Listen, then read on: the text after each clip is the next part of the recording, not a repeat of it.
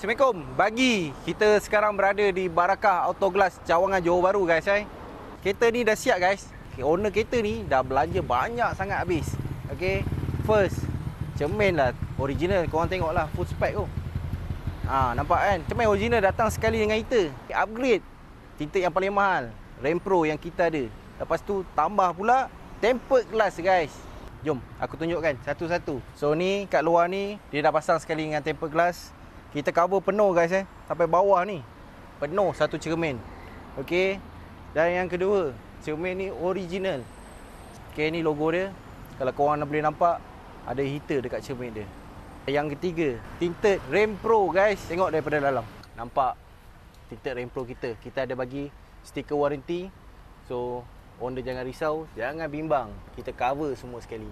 So korang yang mana ada masalah cermin kita korang pecah, nak repair stone chip, long crack, nak claim insurans ataupun buat secara tunai, boleh contact kita, appointment sekarang. Macam pagi.